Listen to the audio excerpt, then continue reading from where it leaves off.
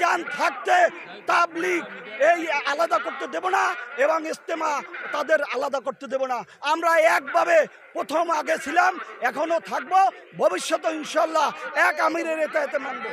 কোন সাহস, কোন শক্তির কারণে তারা কেন? আমরা কি পিছিয়ে যাবো? কেন? আমরা কি এদেশের নাগরিক না? আমাদের কি অধিকার নাই? আমাদের হযরতজির জন্য আমাদের ব্যথা নাই? আজকে কত বছর ধরে হযরতজিকে বাংলাদেশে আনতে পারি না, আমাদের কি ব্যথা নাই? তাদেরকে আনতে মনে চায় না? আমাদের হযরতজির কি অপরাধ? আসলে তারা বিগত সরকারের আমলে 17 বছর তারা তাদের আওতায় এই মার্কাজ রাখছে এবং টঙ্গী ইজতেমা তারা তাদের ইচ্ছামতো ব্যবহার করছে।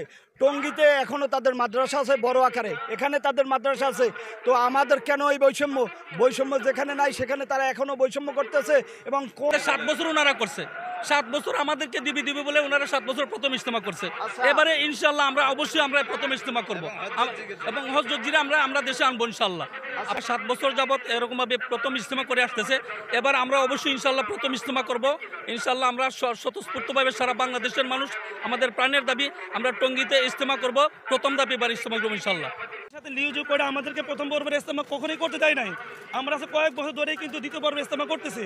হ্যাঁ, আর এই 14 দিন, আমরা 14 দিন, ওনারা 28 দিন, এটার বৈষম্য দূর হওয়া দরকার।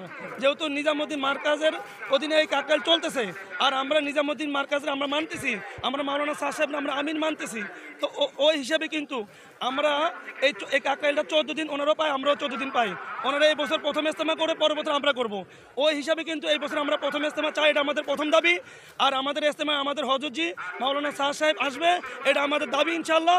আপনারা ওইভাবে বলবেন, যেহেতু ওনারা ইজতেমা করলে পাকিস্তান থেকে মুরব্বী আসে, ইব্রাহিম দেওলা সাহেব, এই যে আহমদ লাট সাহেব, ওনারা অনেক মুরব্বী আনতে পারে, আমরা কেন আমাদের মুরব্বী আনতে পারবো না? এটা আমাদের সবচেয়ে বড় একটা দাবি। আমাদের মুরব্বী আমাদের ইজতেমার মধ্যে আসবে, এটা আপনাদের মাধ্যমে সারা বাংলাদেশে জানাই দেবেন ইনশাআল্লাহ। এই মেহনতে আমরা দুর্বল হয়ে গেছি।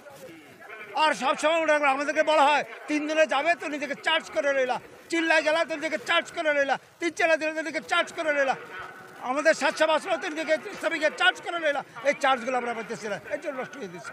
এর জন্য আমরা সর্বোচ্চ আবেদন সরকারের কাছে, অবশ্যই আমাদের সবাই যেভাবে প্রসেস নিলে স্বাচ্ছা বাঁচতে পারেন।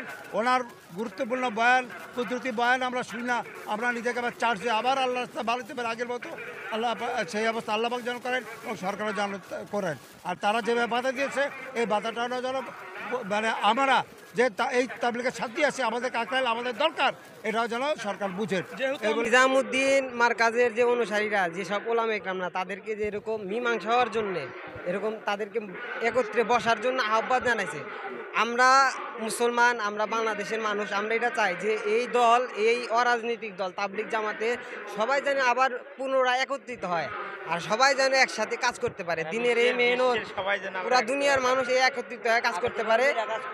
তো আগে যেভাবে একসাথে মিল হয়ে বাংলাদেশে ওলামা ইকরামরা সবাই একসাথে কাজ করছে, আমরা চাই যে সবাই যেন আবার একত্রিত হয়। আর একত্রিত হওয়ার জন্য আমাদের নিজামুদ্দিনের ছাত্র সাহেবের অনুসারীরা যে তাদেরকে এরকম বসার জন্য আহ্বান জানাইছে, তারা যেন খুব তাড়াতাড়ি এটা জানায়। আমরা এটা আমরা চাই আর কি, তারা যেন আমাদের ওলামা ইকরামের সাথে বসে জিনিসটা মীমাংসা করে নেয়, যাতে পুরা উম্মত এর থেকে ফায়দা নিতে পারে। এই জোবাইর গ্রুপ কৌমি ছেলেরা নিয়ে লাঠি ছোড়া, অমুক সমুক বিভিন্ন কথাবার্তা এখানে সাদ সাহেব আসলে তার গরদান থাকবে না, কাল্লা থাকবে না, এ ধরনের কথা কালকেও আমার সঙ্গে উচ্চারণ করছে সাধারণ একগুলো ছোট ছোট ছেলে পেলে। আজ বিশ্বের আমির বিভিন্ন জায়গায় সে ইজতেমা করতেছে, যেখানে সেখানে মনে করেন বিশ্বের মধ্যে তার হয়তো কথাবার্তা শোনার জন্য আগ্রহী। তা আমরা বাংলাদেশ আগে যেহেতু ওনার কথাবার্তা শুনছি, ওনাকে এবারও আসতে দেওয়া হোক। আমরা এই ইজতেমা ওনারা 5-7 বছর আগে করছে, আমরা 7 গ্রুপ আমরা এবার আগে করব। আমরা ইনশাল্লাহ উপদেষ্টার কাছে, আমরা ডক্টর ইউনূস সহ যেনারা উপদেষ্টা আছেন, আমরা মুসলমান, আমরা ভাই ভাই একত্রিত হতে চাই, সবাই মিলি। ওরা যেহেতু একটা করতে চায়, আমরা দুটাই করেন, কিন্তু আমাদেরকে আগে দেন, এই 7 গ্রুপকে আগে দিতে হবে। সাথীরা এখানে উপস্থিত হওয়ার একটাই কারণ, সেটা হলো যে আমাদের যে বাংলাদেশের কিছু মুষ্টিময় ওলামা ইকরাম যারা এরকমভাবে সংবাদ সম্মেলনের মাধ্যমে বলছিল যে যদি সাদ সাহেবকে বাংলাদেশে আনা হয় আর তাদের অনুসারীরা যদি কাকরাইল মসজিদে আসে, তো ঢাকা অচল করে দেওয়া হবে। তো আলহামদুলিল্লাহ এরকম কিছুই হয় নাই, আমাদের সাথীরা খুবই ভালোভাবে আজকে এই জোরে আসছে। তো আমাদের একটাই দাবি যে 100 বছরে যে মেহনত, এই মেহনত থেকে যত এই বিগত 7 বছর ধরে যে বিভাজন হয়েছে সংখ্যাগরিষ্ঠ কিছু ওলামা ইকরামের কারণে, আর আমাদের বাংলাদেশের মৌলানা সাদ সাহেবের যে অনুসারী আছে, যে ওলামা ইকরাম আছে, তারা এরকম তাদেরকে ওপেন চ্যালেঞ্জ জানাইছে যে জাতীয় বাইতুল মোকাররম মসজিদে তারা যেন আসে। সাদ সাহেব গোমরা নাকি সাদ সাহেব এরকম ইমানদার লোক, উনি পুরা দুনিয়ার আমির, এটা প্রমাণ করার জন্য পুরা উপমহাদেশ যত বড় বড় মুফতি মুহাদ্দিস এরকম ওলামা ইকরাম আছেন তারাও থাকবেন।